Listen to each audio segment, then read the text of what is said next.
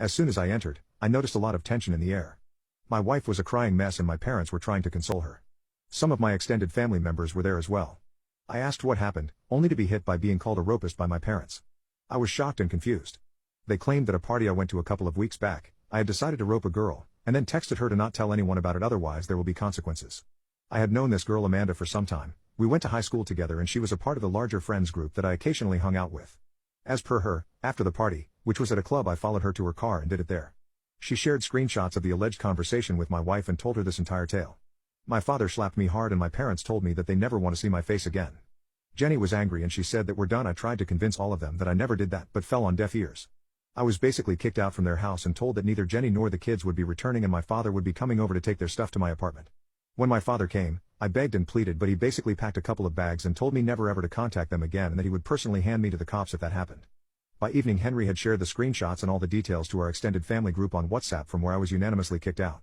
The next few days, I even had people from my friend group calling me to say they were disgusted with me and never to contact them again. I was a mess during that time. I couldn't eat, I couldn't sleep, I couldn't even properly work.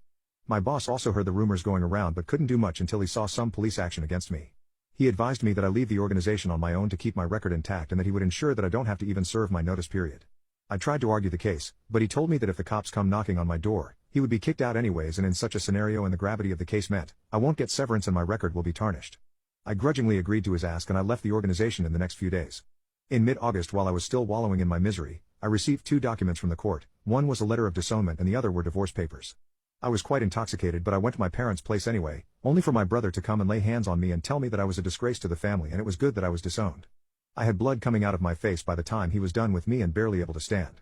My parents and my wife looked at me from afar but did nothing. I managed to get myself up after some time, a crying mess, and realized that I had lost everything and everyone I knew. I stayed holed up in my apartment for the duration of the divorce. It went as amicably as it could. As I was jobless, plus my now ex-parents stated they would pay for the child, I didn't have to pay child support or any alimony. By January 2016 I was divorced, but trying to pick up the pieces that was once my life was hard.